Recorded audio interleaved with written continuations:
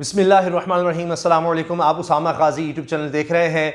Breaking news ये है कि मुस्लिम लीग नून के सीनियर रहनुमा राना सनाउल्लाह की गिरफ्तारी हो सकती है और इसके साथ साथ सीनियर रहनुमा अहम लोग, अहम खिलाड़ी नून लीग के, वो भी गिरफ्तार हो सकते हैं।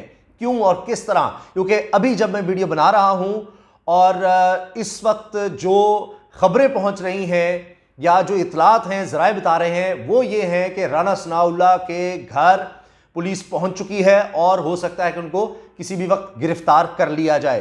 क्यों, किस वजह से, इस बारे में भी हम बात करेंगे। लेकिन इस तफसील से पहले मैं आपसे अर्ज कर दूं कि जहांगीर तरीन साहब की एंट्री इतनी अहम है, इतनी बड़ी है कि पीडीएम हिलकर रह गई है। और एक दफा फिर जरदारी साहब ने पर्सनली फोन किया है मियां नवाज शरीफ को कि किसी तरह से जहांगीर तरीन का तोड़ निकालें।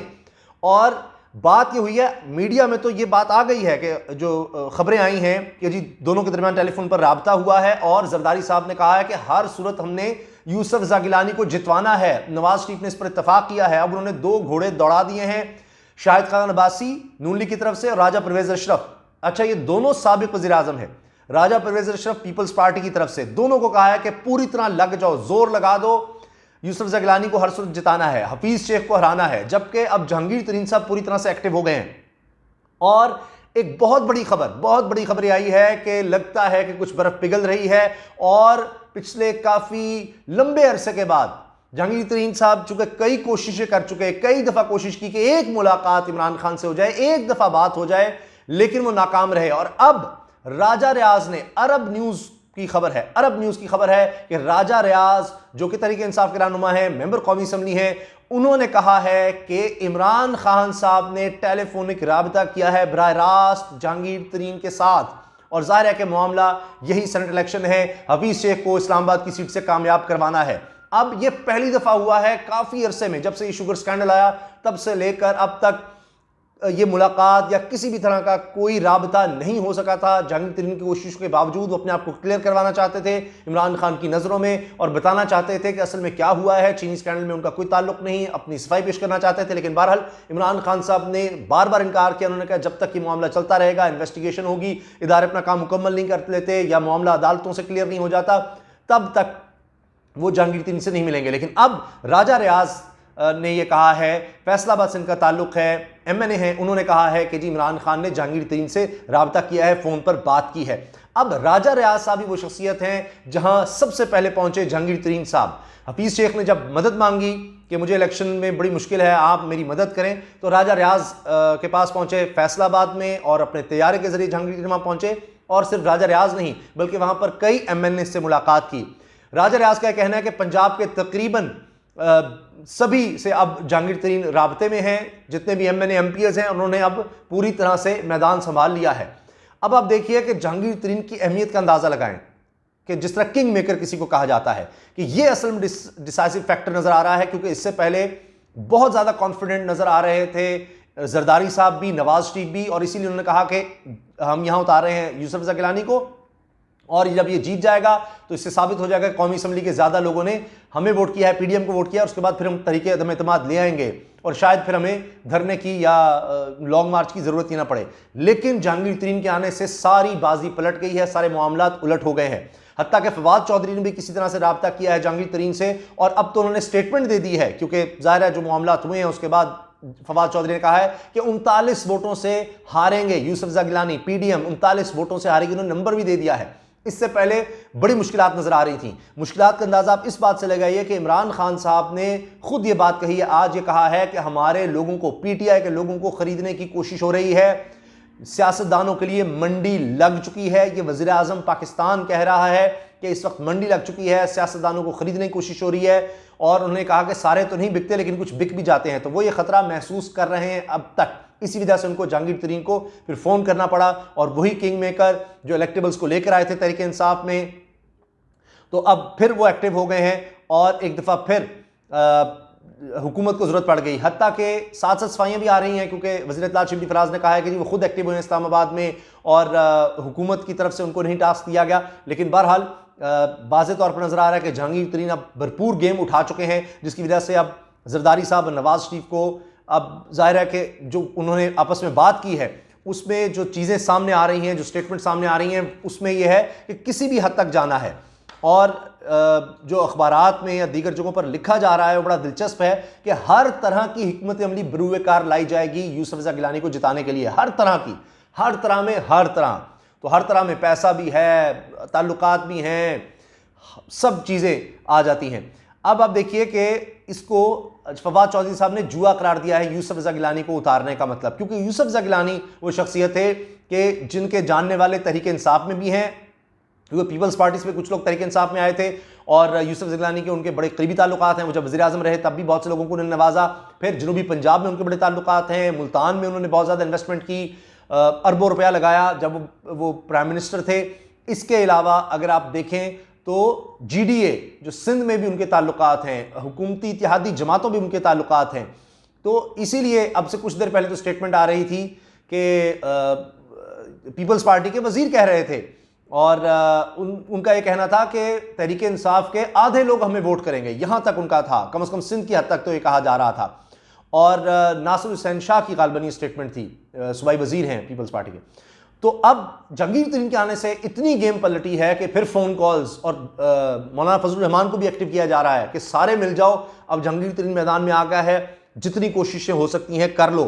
फवाद चौधरी ने कहा है कि ये जुआ खेला है PDM ने, और लेकिन अब 39 वोटों से हार जाएंगे। अब बात यह है कि फवाद चौधरी ने कहा कोई भी जीते, इस सूरत हाल में अगर किसी भी पार्टी को ज़्यादा अक्सरियत मिलती है, ज़्यादा सीटें मिली, तो फिर सवाल तो उठेंगे कि ये अपनी जो इनकी सीटें बनती थी उससे ज़्यादा सीटें कैसे ले गए। तो खुफिया बैलेटिंग में ये तो रहेगा।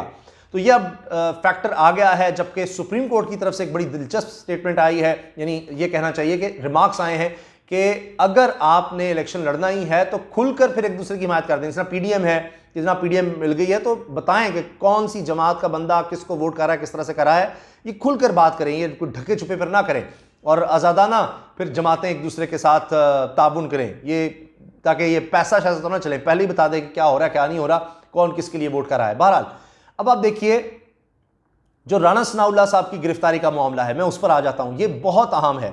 हुआ ये है कि जिस तरह आपने देखा कि इतना दुख और अफसोस होता है कि ज़िमनी इलेक्शन भी हमारे यहां पुरअमन नहीं हो सके, यानी कुछ जनरल इलेक्शन नहीं कि हर सीट पर इलेक्शन हो रहे हैं, ज़िमनी इलेक्शन थे सियालकोट डस्का में, और वहां पर 2 लोगों की जान चली गई और कई लोग उसमें जख्मी हुए।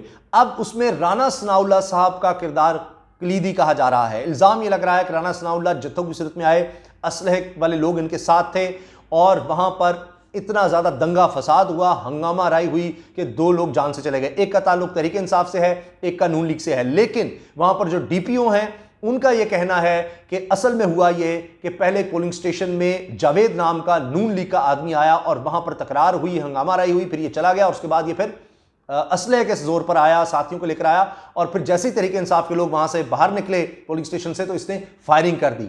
तो लिहाजा अब जब मैं वीडियो बना रहा हूं उस वक्त तक मैं आपको बता दूं कि इसकी गिरफ्तारी के लिए पुलिस कह रही है छापे मारे जा रहे हैं। अब मेन जो फोकस आ गया है या इल्जाम आ गया है वो नून लीग पर आ गया है और यह भी कहा जा रहा है कि वीडियोस भी मौजूद है राणा सनाउल्लाह की। उस्मान डार ने कहा है, वो भी तहरीक इंसाफ की तरफ से बहुत एक्टिव थे, इतने एक्टिव कि उन्होंने फिर इस्तीफा दे दिया था मुआविन खुसूसी थे वज़ीर आज़म के उस हैसियत से, ताकि वो इलेक्शन लड़ सकें, वरना इलेक्शन कमीशन की इजाज़त नहीं है इस तरह से कोई हुकूमती शख्सियत आए। लेकिन राणा सनाउल्लाह यहाँ पर एक्टिव रहे, बावजूद MNA होने के। कई MPs वहाँ पर थे, अता तारड़ का नाम आ रहा है, हिना भट्ट साहिबा का नाम आ रहा है, दीगर बहुत से लोगों का नाम आ रहा है। हत्ता कि मरीम साहिबा ने यहाँ पर आकर जब कैंपेन चलाई तो कहा था जंग है, ये जंग है, हर तरह की सर धड़ की बाजी लगा दो, हर सूरत जीतना है और मुखालफों को जीतने देना, कुछ भी हो करो, सब कुछ अपने हाथ में लो, अब धांधली नहीं होने देनी। तो अब आप देखिए कि वो हो गया, हंगामाराई हो गई। अब इसमें राणा सनाउल्लाह साहब का नाम मेन आ रहा है। वैसे फैसलाबाद हल्का है, यहाँ वो डस्का तक आए हुए थे और कहा जा रहा है वीडियोज़ हैं, उस्मान डार ये बात कर रहे हैं। लेकिन साथ मरीम साहिबा ने भी कुछ वीडियोस शेयर की हैं और उन्होंने कहा कि नून लीग के सब्र का पैमाना लबरेज हो गया था, इसलिए ये सब कुछ हुआ। अब वो जो वीडियो है वो इन इटसेल्फ अगर देखें तो वो तो एक बड़ा एक एविडेंस है मरीम साहिबा के खिलाफ भी कि वो किस तरह पोलिंग स्टेशन पर हमलावर हो रहे हैं, लोग दरवाजे तोड़ रहे हैं। तो वो कह रही है कि जी ये तो सब्र का पैमाना लोगों का लबरेज हो गया था कि जी आप वोटिंग डालने नहीं दे रहे, तो वोटिंग का वक्त जो खत्म हो गया था, जबकि कहा जो अंदर होंगे उनको डालने दिया जाए वोट, ये भी इनकी डिमांड थी। लेकिन बाहर खड़े थे और वहां पर वो दरवाजा तोड़ने की कोशिश कर रहे हैं। तो लिहाजा ये सब कुछ होता रहा है और उस सिलसिले में अब राना सनाउल्लाह का नाम मेन आ रहा है। और चूंकि वज़ीर आला पंजाब भी नोटिस ले चुके हैं, इलेक्शन कमीशन ने इसका नोटिस लिया है और अब ये कहा जा रहा है कि इसकी इन्वेस्टिगेशन की जाए, क्योंकि ये बहुत बुरा हुआ है। इलेक्शन कमीशन पर सवालात उठ रहे हैं कि अगर हलीम आदिल शेख की गिरफ्तारी हो सकती है कराची में, तो वहां पर इलेक्शन कमीशन ने गिरफ्तारी करवा दी कि हवाई फायरिंग हुई है। अब अगर उन्होंने हलीम आदिल शेख ने किया है तो बिल्कुल ठीक है, उनकी गिरफ्तार होना चाहिए, अदालतें मौजूद हैं वहां पर। अगर उन्हें बरी किया जाता है या कोई सबूत उनके खिलाफ नहीं आते तो अलग बात है, मगर एक्शन तो कम से कम लिया इलेक्शन कमीशन ने और वहां पीपल्स पार्टी गवर्नमेंट थी, वहां पर उन्होंने गिरफ्तारी भी करवा दी। यहां 2 लोग जान से चले गए, कई जख्मी हुए हैं, लेकिन इलेक्शन कमीशन यहां पर क्या करता रहा है, यह भी एक बहुत बड़ा सवाल है। बहरहाल वहां पर तो फौरी एक्शन लिया वज़ीर आला सिंध ने, मुराद अली शाह ने, और हलीम आदिल शेख को गिरफ्तार करवा दिया। लेकिन यहां पर अभी तक उस्मान बुज़दार साहब पर सवालिया निशान है कि वो क्या करते हैं। अभी तक तो छापे ही मारे जा रहे हैं, जब तक मैं आपसे मुखातिब हूं। जिस शख्स ने फायरिंग की उसके लिए भी छापे मारे जा रहे हैं और राना सनाउल्लाह साहब पर भी इल्ज़ाम आ रहा है। तो लिहाजा कई राना सनाउल्लाह ही नहीं, कई और अहम शख्सियात नून लीग की गिरफ्तार हो सकती हैं। कम से कम 2 दर्जन के लगभग लोगों को नोटिस गए थे इलेक्शन कमीशन की तरफ से कि आप इलेक्शन रूल्स की खिलाफ वर्जी कर रहे हैं, आप यहां कर कंपेन कर रहे हैं, मेंबर असम्बली होते आप ऐसा नहीं कर सकते, लेकिन नोटिस से मामला आगे नहीं बढ़ा था।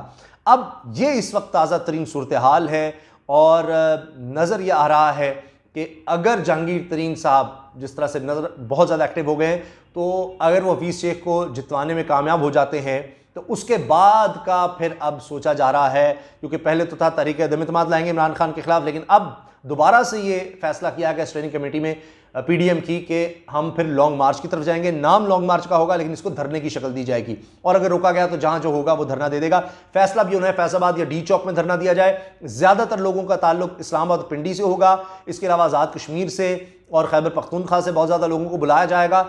खर्चे की जहां तक बात है, यह फैसला हुआ है कि हर पार्टी अपना खर्चा करेगी। इस दफा हर एक को अपना बोझ उठाना पड़ेगा, कोई एक फंडिंग नहीं करेगा, सारे अपना अपना बोझ उठाएंगे। पैसा जो है उसका बहुत ज्यादा अमल दखल होगा धरने में, जाहिर है लॉन्ग मार्च में भी, तो पैसा उसका अरेंज किया जाए और हर पार्टी अपना पैसा अरेंज करे और भरपूर करे। वॉशरूम हो, दीगर वहां पर इंतजाम हो, वो सब मिलकर वहां की जो क़यादत है खास तौर पर उसको टास्क दे दिया गया कि पैसा जमा करो ज़्यादा से ज़्यादा, ताकि वहां पर इंतजाम किए जा सकें। तो आगे का सोचा जा रहा है और ये सब जहांगीर तरीन के फैक्टर की वजह से हो रहा है कि उनके आने से अब आगे का भी सोचा जा रहा है, वरना तो मेन फोकस था तहरीक अदम एतमाद पर, पहले यूसुफ रज़ा गिलानी को जिताने पर। अब देखा जा रहा है कि आगे भी जाना पड़ा तो क्या करेंगे। अगरचे अभी भी पीपल्स पार्टी ने मशरूत किया हुआ है कि अगर तो बहुत बहुत ज्यादा लाखों की तादाद में लोग आ गए, धरना हो गया, तो फिर हम उसमें शिरकत का सोचेंगे, फिर उसको कहां तक लेकर जाना है, वरना सिर्फ लॉन्ग मार्च तक की बात है। और कहा यही जा रहा है कि हम वहां धरना देंगे, खबरें ही फैलाई जा रही हैं, लेकिन पीपल्स पार्टी अभी मशरूत है और फिर इस्तीफों का भी मशरूत ही रख रही है, मुसलसल वो मशरूत के साथ ही मामलात को आगे बढ़ा रही है। इजाजत दीजिए, अल्लाह हाफिज, पाकिस्तान जिंदाबाद।